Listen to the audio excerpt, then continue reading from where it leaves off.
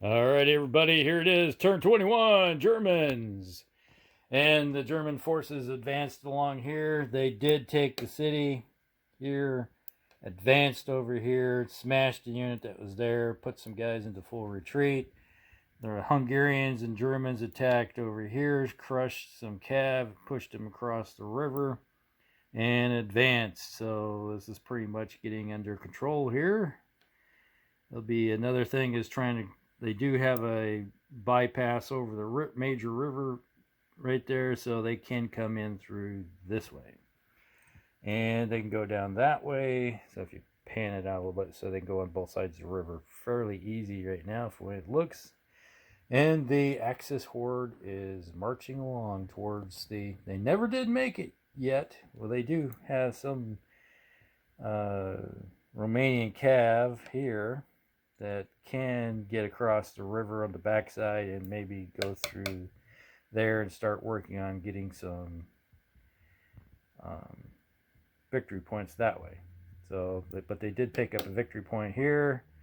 They did take Mount Elbas, and they did smash the NKVD that was there with the Italian mountaineers. The Alpine troops did go through and smash those guys like they were nothing. All right, so at the moment, that's everything in the south that's taken care of. Up here in the north east, there was some units that were coming in through here, and the German panzers smashed into them, crushed them, and just pushed them down the road. So they put them in full retreat and then advanced up on them and forced them to fall back. So they should be like that. Push that one too far. There we go. That's how it looks. And that's pretty much ended that little area right now. But the Germans really don't have enough forces to. They're kind of localized control at the moment. So if anybody gets close, they can hammer them. So it's like push this way, hammer those guys. They come pushing for that direction, hammer and fall back, fall back. So it's kind of like boxing type deal. They don't really have the strength, I don't think, to get into Saratov, but you never know. Eventually, and then they have over here at Stalingrad. You got the Romanian forces are parked inside there, just kicking and relaxing, pretty much, and letting the Germans take care of everything. The Russians don't have the strength to go across the river, but they tried to do a little in round, but when you got some decent infantry for the Germans show up, it's like, that's like a stalemate right there. So now the big thing, everything fell apart basically because let's look at this right here. All right, they surrounded this area here, smashed into it, and took this city here. So there's another victory point for the Germans. Pushed them the units that were in there are now way back here because they kept getting pushed back because they were into full retreat, fell out, and then they keep having German troops get near them and they have to get pushed back even farther. The Germans over here moved up and did not attack anybody. They're just holding action. Now over here is where the big action happened. You can tell that things have really opened up right here. They just pushed across the river and just hammered into these guys. You can see all kinds of disrupted and full retreat units back here as they just kept getting hit from multiple attacks. And it's basically, you got a whole bunch of, it's like, here's a great example.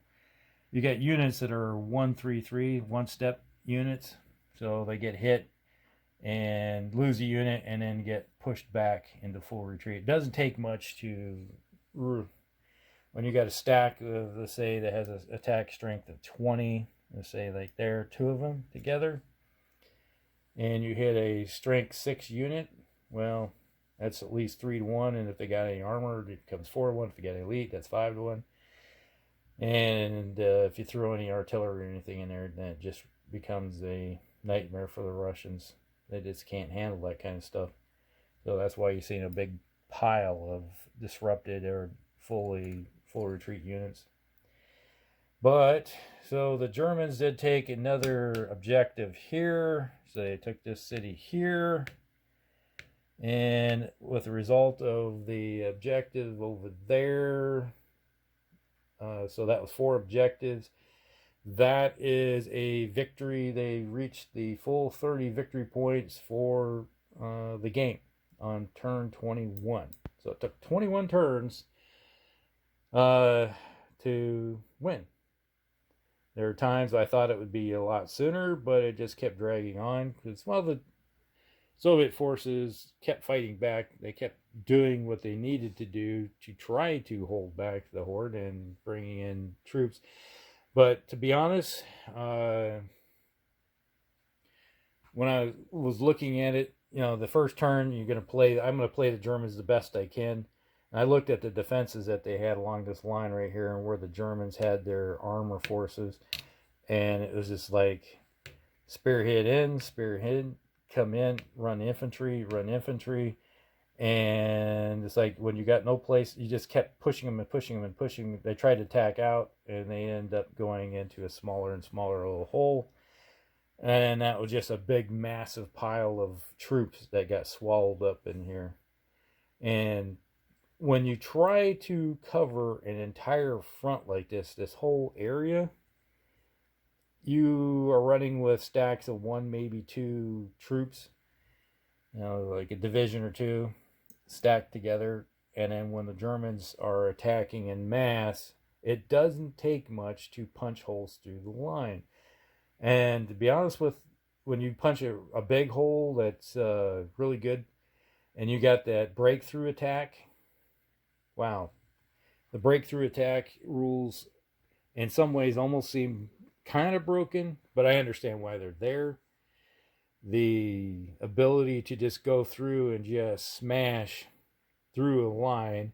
Oh, you can advance 3. All right, so advance here. Oh, geez, you have a 1 stack unit right there, so you hit it at really good odds because your armor and elite troops against regulars. And that's 2 steps right there. And if you have the air craft right there, you're usually attacking at 5 or 6 to 1 odds against these rear echelon units. And if they already have a step loss, you hit them and it's like, oh, gone. And you just start, and then, oh, okay, I got another advanced 3, and you just keep going and going. It's like a rampaging going on through the backfield. And then after you're done, you have the infantry do their attacks, and then they may only advance 2, but you're pushing units back that are disrupted. So when you're disrupted, you can't attack. So you're forcing the Soviets not to be able to counterattack. So they can maneuver themselves to be in position, when the disruption is pulled off. So they get good defense again, but you're not counterattacking. And that made a big difference in this game. And the only limiting factor I found in this game that stopped the Germans, that slowed them down, is like, say, around Rostov right here. This river complex, this heavy river right here that you see along here, that was a major slowdown for the Germans. But you can't, once you get hit, you can throw troops on the other side to prevent you from crossing over. But the Germans just bypassed it by keep going and say, okay, we're going to keep going this way. And then the Soviets say, okay, we got to run units. So if you're going to pull units to stop them crossing the river at the crossroads, you're pulling troops from someplace else. And that eventually caused havoc again for the Soviets. And then once they crossed this river, they came in through the backside, through here and down that way, and started pulling. When you got to pull units to stop advances elsewhere, that caused you to not have the defenses you need up on the river, and it started hampering. Now, you notice the big thing was up here, the Soviet forces did get along this river up to about here and stop the German advance cold. because when you got a double defense across this river, and you're attacking maybe with 1 or 2 units, and you're basically attacking, let's just say, at 1 to 2 odds, and with any modifiers going on, that as a German commander, you're like, oh, that's not the odds the Germans like to play with. They don't have those resources back home that they can just willy-nilly throw stuff away. So that's why you've seen the bypass keep going around and around. And that's why we had this big battle, infantry battle going on over here, because Germans kept funneling troops along this river trying to find a spot where they could cross over, and then the plan was to come around to the backside. It sort of worked until that turn. They were doing great until that turn where it's like, oh yeah, you got to pull these panzer units. And I looked and it's like, oh great. There were the spearhead ones that were doing all the heavy duty action up this way, pulled them out, and that stalled the German offensive until they could reorganize again and figure out how to get it going again. And once they did, eventually, when the panzers got across the river, this is when that defense started falling apart. That seems to be the big factor. And you look down here, once this area collapsed, you're talking, look at all this area right here. Neither side can defend or attack. Well, you can attack easily you can bypass all defenses all you want, because there's so many roads and avenues of approach. You can just go around them, and you're forcing it into, which it did come as a limited battles. It's like, oh, we're going to defend along this road, we're going to defend along this rail line, and your attack routes are going to be along the roads or the rail lines. So a lot of space, but it's like you're looking at here, how many advanced lines you got? 1, 2, 3, 4, 5, 6, 7 advanced lines. Where are you going to defend? So when you do see them coming down, well, you can throw some troops in their way, but if they concentrate, it's the same thing. Once again, limited defense versus a heavy attack. The heavy attack is going to keep pushing you down the road, and that's where it became a problem. Is like the Soviets can move up to a point, but maybe not have, a lot of times they didn't have the movement to get close enough to do an attack. And when that was the case, then the German Axis forces could advance and get the attack in, put them into, let's say, a disrupted category, so you can't counterattack. And that made a big difference. And then when this was taken, eventually you got all these troops. There's even more troops that got funneled in to the mix. And then you had the North Caucasus volunteers that, they're really crappy, probably more like Cossack type troops. But, they're like Cav. You can bypass defenses, get around people, move along the line, and keep bypassing type deal. And they're kind of like security holder troops too.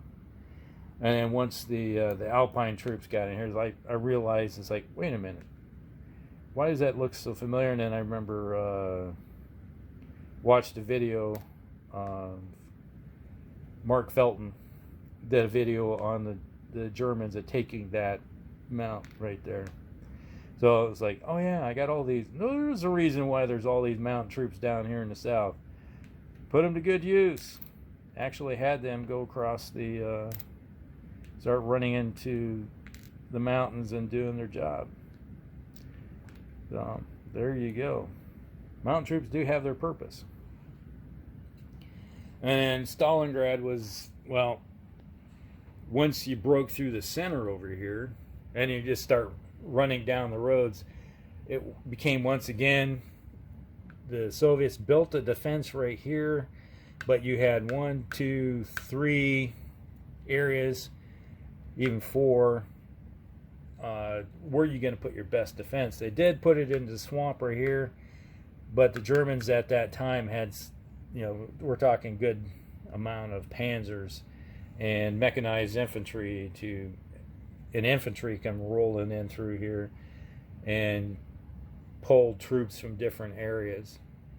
But they did eventually break through, and then they got to Stalingrad. Once Stalingrad happened, the Axis forces were able to surround it and then go in with aerial and artillery support. They did eventually punch them out. And then once again, it became a battle of moving along the Volga River here. And we already had German troops sneak by and took that city, so they were holding it. So yeah, when this finally got released, they already had a stronghold, and by that time, Stalingrad had fallen, so the Germans were able to reach just in time to help protect that city that they had taken, and then advanced up and just started smashing units, because all the units that were built to come from here, except for the ones coming out of Saratov, were all replacement troops that were one step lost units. Basically, you're building them, throwing bodies into the fight. That was the big problem the Russians had, because you look at this big pile of dead right here, and most of these came out of that first massive pocket that got formed up and surrounded and got eliminated slowly but surely. So they're pulling troops out of here. It's like, oh, we get the 3. So they were basically rebuilding 3 a turn. And that's what you're seeing, is all these really weak troop units that were doing a good job of they can help defend and start coming back. But if I played this again, I would almost consider as a Soviet turn or player of really seriously looking at how the defenses are going to work. I would, be honest with you, this is the first thing I would probably think about doing if I was a Soviet player, is pull back. The troops are all in here, just pull them back beyond this river right here. Protect yourself here, go along the river, make this your defensive line. Be willing to give up some objectives to the Germans, and then just build your line along, just pull back and start forming up on this river. And this area up here might suddenly become important for the Germans to kind of whip around that way. But build your defense along this natural defensive line and see if that would work. Because otherwise, the way the Germans, the first turn or two, are able to just crush these weaker Soviet units. So that's some thoughts that if I played this again, I'd have to seriously think about what would be done. All right. Hope you guys like this one. Been following along with this entire 21 turns of gameplay. And a little bit, so those of you that may have played this game before, it would be a lot different if you were playing against a human opponent other than yourself. Solo play was good. I liked it. But when you're playing solo, another person can throw some wrenches into the cogs and cause you some havoc. All right. Like and subscribe. Hope you guys enjoyed this one, and we'll see you around in the next one. Hellcrix out.